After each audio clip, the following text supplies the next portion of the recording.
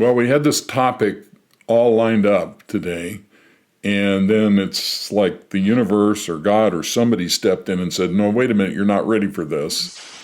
And then Christina has this huge aha moment, and so here we are back. Now we're ready. It seems like. What do you Yeah, think? yeah.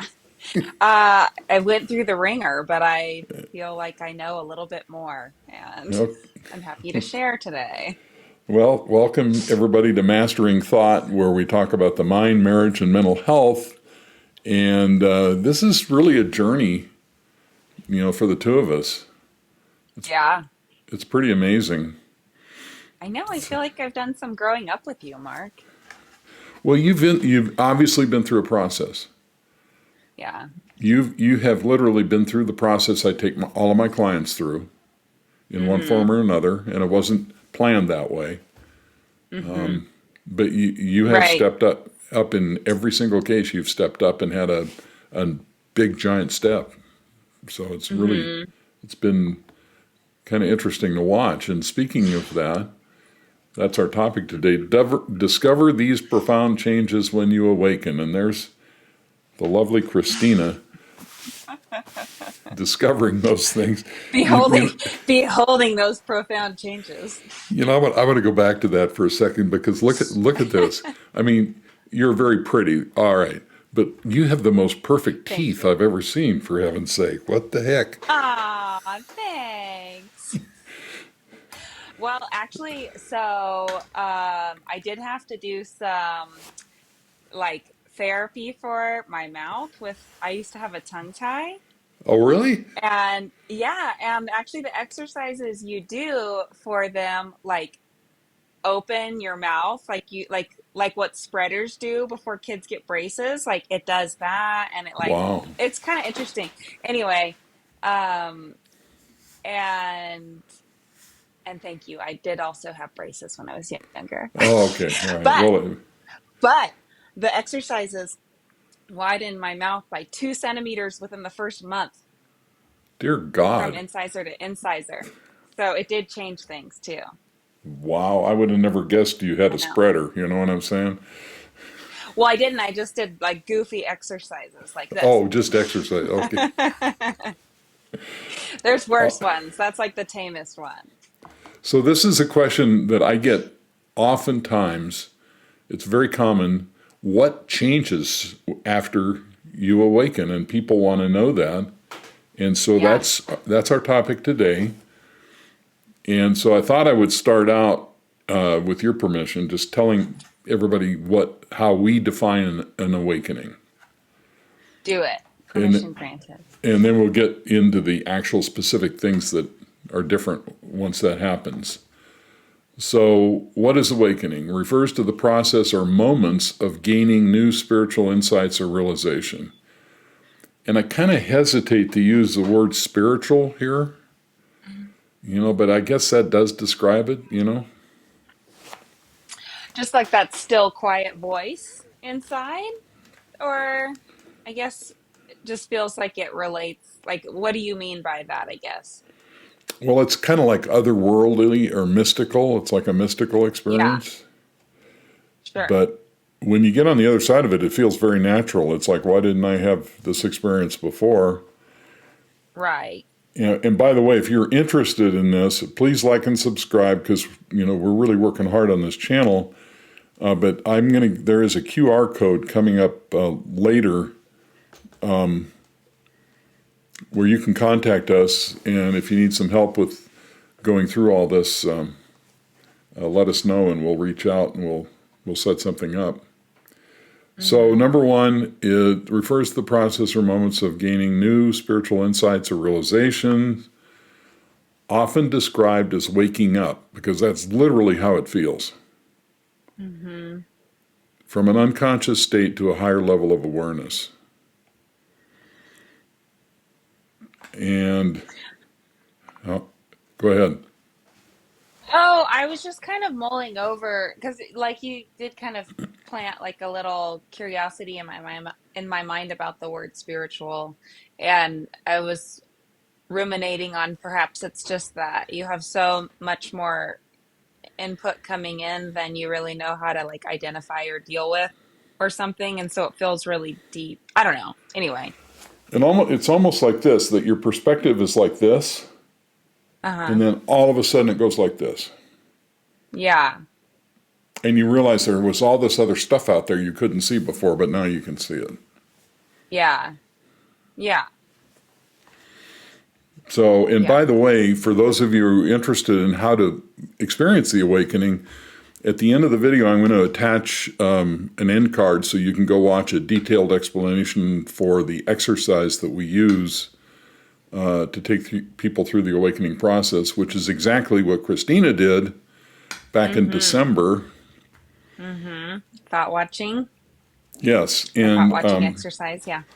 you Yeah. might think, Christina, as we go along, what other video I might link at the end of this that you can think of. I can think of your awakening experience that you described. We might Yeah, tag that. or maybe the troubleshooting videos. Okay, But all yeah. right. Yeah. Keep that in mind, and we'll mention it at the end. So, another aspect is realizing that there is no more to reality than previously understood. There is no or there is more. Oh, I'm sorry, I misspoke. Realizing there is more. That's what I just described with this perspective thing shifting like that. There's more Right. to Yeah. reality. Right. Yeah, thanks for catching that. Yeah, yeah. And so this is compared to this is often called an initial step or a halfway step toward enlightenment, where the witness or self becomes an object in awareness. Now, let me describe this, and then I don't want to get too deep in the weeds. But when you awaken, you realize that you are the observer or the witness or the awareness that is experiencing thoughts, feelings, behaviors, and emotions. That you're no longer identified with those things, but you're witnessing those as somebody who is aware of what's happening. Mm-hmm. Enlightenment is the next step where you realize the witness doesn't even exist. That's an object too. So when you wake up, there's a sense of a person watching thoughts, feelings, and perceptions. When you're enlightened, the person who's watching disappears and there's only awareness. That's all there is. But then why do you have a personality? And you know what I mean? Like, is that where that's where the creature's habits begin, kind of a thing? Right, and that reminds me of one of my teachers, Katie Davis, who was a contemporary of Eckhart Tolle. She used to travel with Eckhart. Somebody asked her one time, "Do I have a personality disorder?" And she said, "Yes, the personality itself is a disorder." Mm-hmm. Yeah. I guess I feel like I can like express it, but I still Hmm. haven't wrapped my mind around that part yet. Yeah, well, trust Sorted me, it all those out. people still have to live in the real world like the rest of us. So Mm-hmm. they just know not to take it seriously because the person that they believe they are, in other words, the sense of me that we experience, is literally an object in awareness. It's not the subject, Mm-hmm. it's also an object. So when you awaken, you realize your thoughts are an object, they're not the subject. They're an object that me can observe.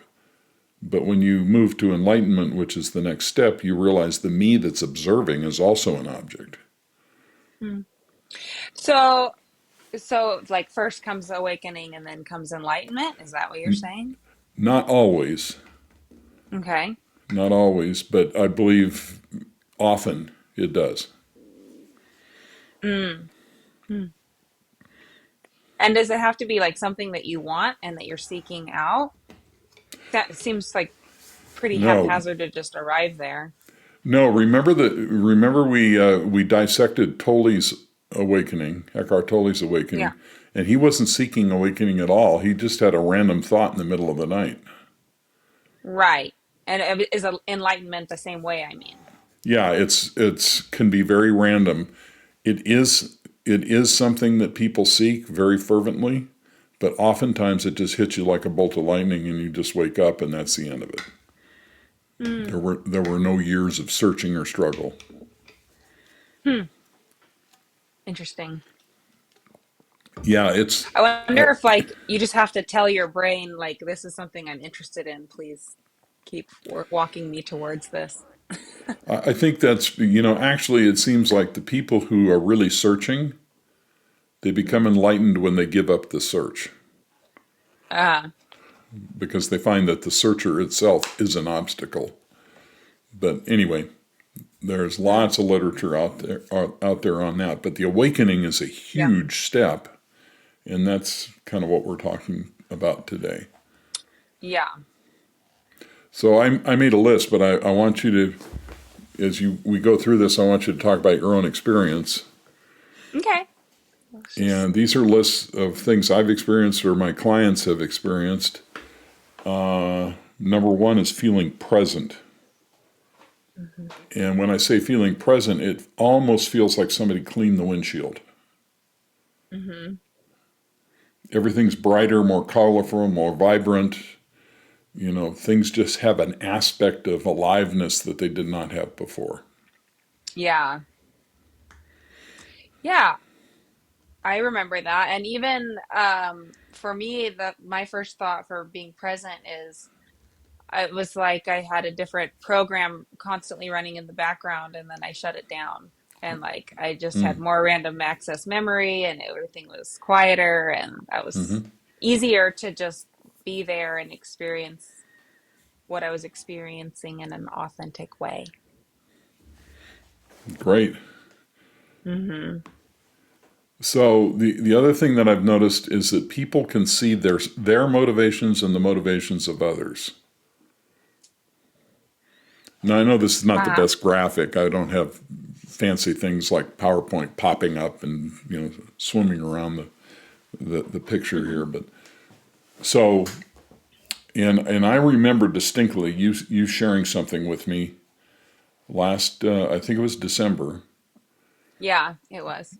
I get this text from you on a Sunday morning. I think I have had the awakening. Yeah. And so we immediately got on and we recorded a segment on it. And correct me if I'm wrong, give me your own interpretation, but you said to me that you had been talking to your husband, and the moment you woke up, you realized everything you had just said was bullshit. Yeah. Yeah, that was exactly it. I was like, I believed it when I said it 2 seconds ago, but I totally disidentify with this now. This feels other. But yeah, for sure. Just kind of realizing what the mischievous side of me, well, why I used things that I would say are mischievous now to get attention or feel secure, I think is what I was really doing. But then when I could see it as a third party person almost, it was so much easier to say like this is such a silly game that I don't need to play. Right, right. Yeah. So in other words, you saw the games the ego was playing, and you were just done with it. Yeah. And I like, recognized it was also doing maybe its best to help me survive, but that it was just Hmm. not useful anymore. Right. Learned behavior. Yeah. Yes. All right, Yeah. let's get back to the list. We talked about clarity basically in feeling present. So everything is very, very clear. Yeah. And then we just talked about the ego separation. That's what you experienced. Yes.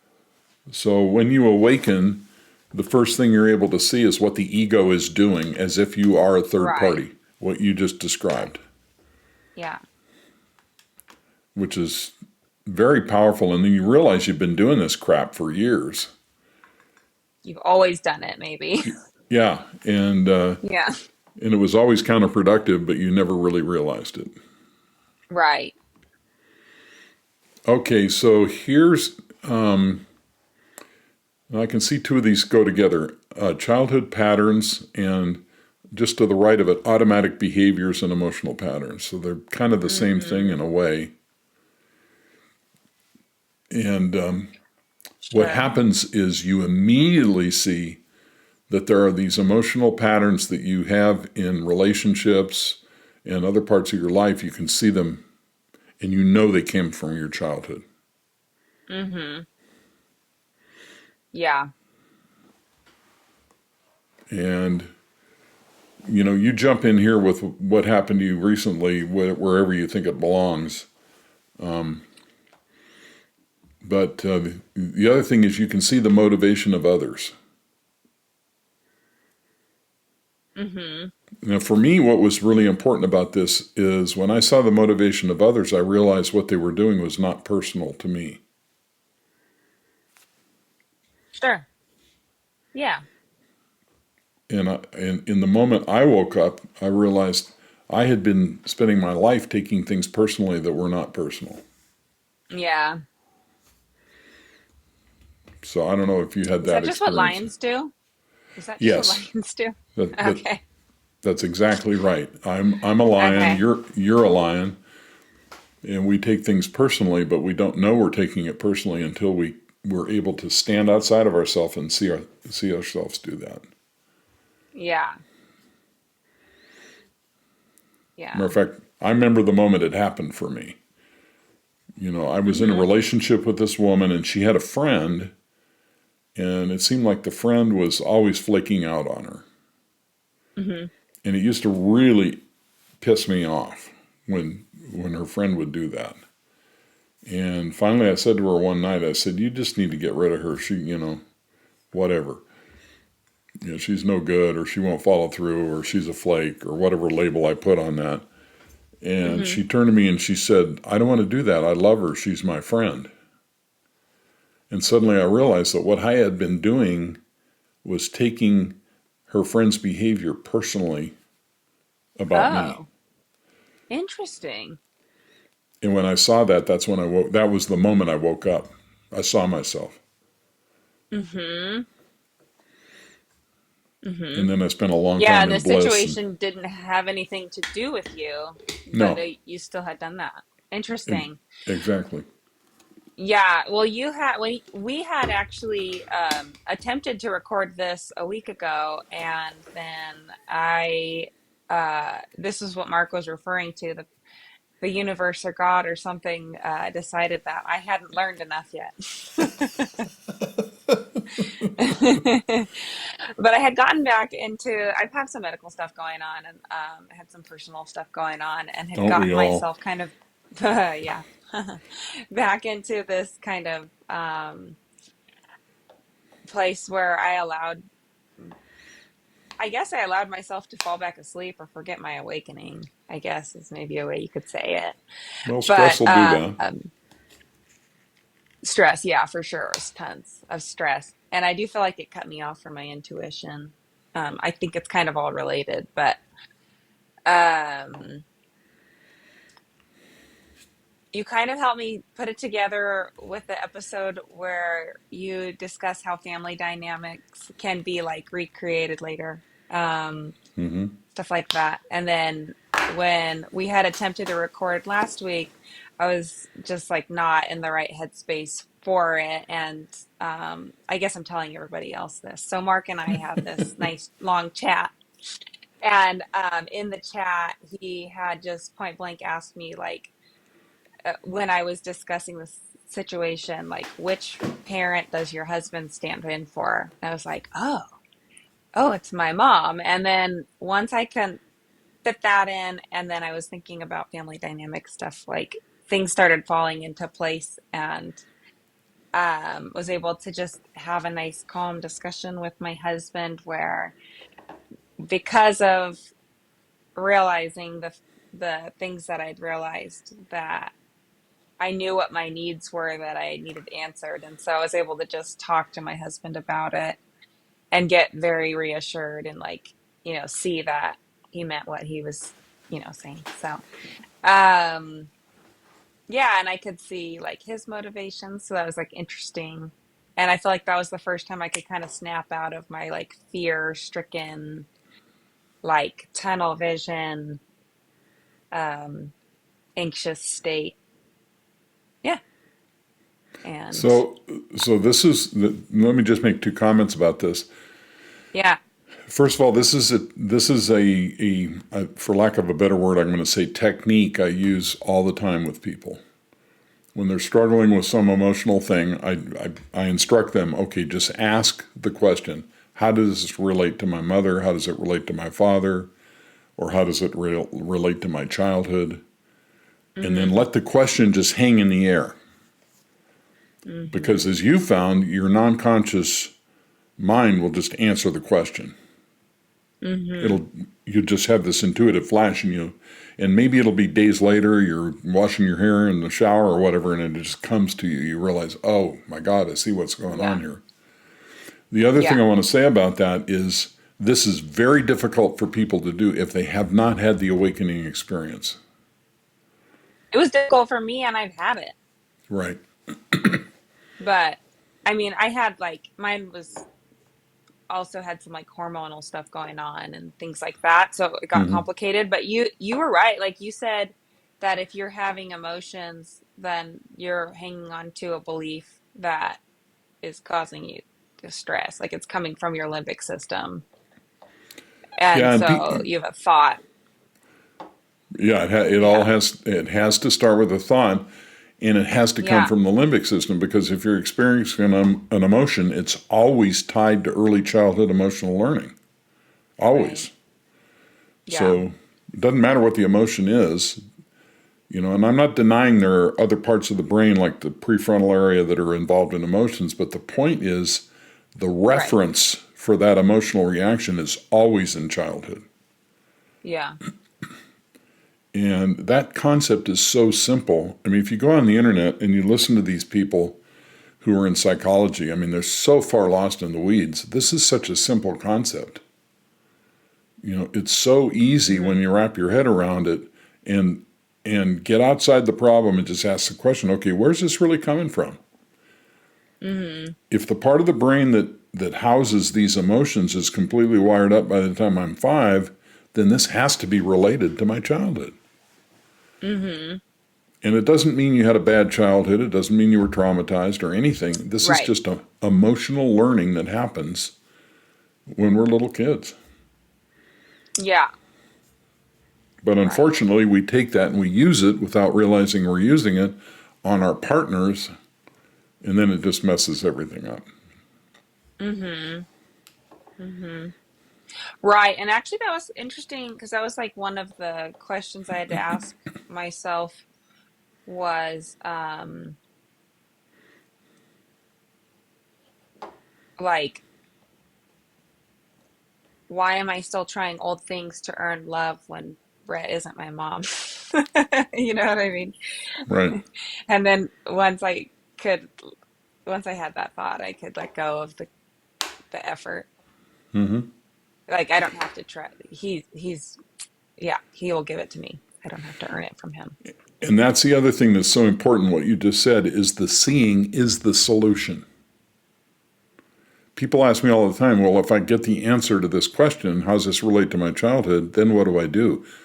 And my answer is you don't have to do anything because you see it. When you see it, the problem is It does solved. it. Yeah, exactly. And that was it. Like I was really having a hard time waking up depressed or like emotionally swinging left and right for the last month or so. And then once realizing that about Brett not being my mom, Seems so simple when you say it. I know, I know. I have woken up without that emotional distress like every day. And Perfect. yeah, so I guess I just wanted to make sure I said it because I don't know. Other people probably have experienced or will experience it. Well, like I said, this is an instruction I use all the time with people because when I Mm-hmm. take people through the process, the first step is thought watching because it generates an awakening. And Yeah. the second step is to confront these emotional reactions because they're all related to childhood. So basically you get, Hmm. I mean, like you had a 2 years of psychoanalysis done in a weekend just by asking the question, Yeah. so Yeah. Yeah. That's beautiful. I think unbelievable.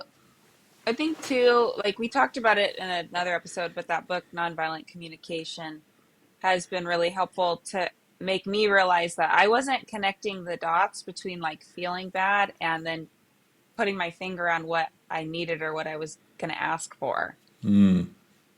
And I don't know why my brain doesn't do that. It seems very logical that that Hmm. should be what happens, but it doesn't. And so it's okay if I have to like learn that step and muscle it for a while, but it is a crucial part, I think, of the process too. So, Great. Well, thanks for being willing to share that because it's such a key piece. yeah. All right, so we had a little glitch there and we're back. The last thing we're talking about is after the awakening, you have a distaste for drama. Mm-hmm. And actually, I've had a lot of people tell me that relationships they had that were based on drama or coalitions or gossip tend to drop away because they're no longer interested in those kinds of things. Mm-hmm. I see. Mm-hmm. It's just So not the an other interest thing, of yours anymore. no, I mean, I don't have any desire to, get together with somebody and complain about my wife or whatever. Yeah. I just don't want to go in that headspace anymore. Yeah. And the other thing that I noticed, and this is absolutely true for me, I became completely less concerned with the approval of others. Mm-hmm. Mm-hmm. Yeah, So, that was a distinct thing for me too, and new for me as well. do you remember how you experienced that? Just feeling like it's like okay for me to present myself as I am, even if that meant people wouldn't like me. And before maybe that, I would have tried to present less of myself so that maybe I was more palatable or something. Interesting. Yeah. The other thing that I've noticed is just a just a feeling of being more accepting of whatever circumstances you're in. Mm. Mm-hmm. That doesn't mean you don't have goals or you don't work for change or whatever. But okay, it's raining today. There's nothing I can do about it. Mm-hmm. So I just don't let that bother me. Mm-hmm. The other thing that is very distinct that I notice right away for people is they stop trying to control things they cannot control. They just have no desire to control things that they have no control over. Mm-hmm. So they don't basically think about them and they don't struggle with them. They just say, okay, I can't Yeah, control that. accept it. Mm-hmm. And it just Yeah. makes life a lot easier. Sure. Yeah. So we've talked a little bit about perspective, automatic behaviors, and emotional patterns. And this has a huge impact on relationships Mm-hmm. because you immediately realize that your assumption that you have been making about the other person is not correct. Yeah. Yeah. So, Yep. anything else you have to add to our list? I really appreciate what you shared earlier. That was amazing. Thanks. I guess it's just kind of interesting to look at the list again, having had a week since like coming, I Hmm. guess, reawakening. I woke up from my nap. Um, very unhelpful nap. Anyway, actually, well, anyway. Um, Well, you woke up to a deeper level. yeah, I think that's fair to say. And to see the list again is like, oh yeah, I haven't been experiencing those things for the last week. That's so nice. you know, Hmm. and kind of deepening my understanding of it as well. Yeah. Great. Well, this has been an interesting conversation. And if you want to get into this more, I've written 3 books about all this. Hmm. Awakening, Mastering Thought, and Dance of the Lion and Unicorn is actually now out in an audio, audible book. And finally, if you want anything from us, feel free to scan this QR code. It takes you to a little form. You can tell us what you need, or don't. Just go to the end of the form and give us, your information, and we'll contact you. We'd be more than happy to help you, through any of these processes. And remember, what we're doing here is not therapy. This is not psychotherapy. These are tried and true exercises that help you understand how your own brain works. And so that's the tool we're really sharing. Hmm. Yeah. And please feel free to, or we're asking that you would share this video if you feel like there are people that would benefit from it. Well, that would be nice. Yeah. And like and subscribe. I've never believed this, but the experts tell me unless you ask, they won't do it. So please like and subscribe. We're trying to, my goal, I don't know about Christina's goal, but my goal is to get as much of this information out before I can't make the effort anymore, and try to change as many lives as possible. So Hmm. that's what we're trying to do here. Yeah, we're in accord. Okay. I saw how it worked for you. And my hope is to pull in a body piece somehow to make the mind body connection in people a little stronger. Before we go, is there Hmm. anything you can think of you want me to attach to the end so people can go to the next video that would be helpful? I think the thought watching exercise is a good one, maybe a troubleshooting one. The Q&A one? And yeah, yeah. And I know, and what I hope is that people who do this will share their experiences with us here on the channel sometime In too. the Yeah, share in the comments. We're getting some great comments. Hmm. And don't give up if you're trying this. Reach out. We'll help you through the process. Yeah. And just to have this conversation with more people, it's such a special conversation. I was even thinking earlier while you were talking that when I texted you I had my awakening, you probably have clients do that like throughout the year, and that must be so thrilling for you. It's very thrilling. It's amazing. Yeah. Oh, it's so Yeah. cool. Yeah. Yeah. Yeah. It's incredibly fulfilling work. Mm-hmm. Yeah. Love it. All right. Awesome. Thanks, Mark. Thanks, Until we talk everybody. again. Au revoir. Bye bye.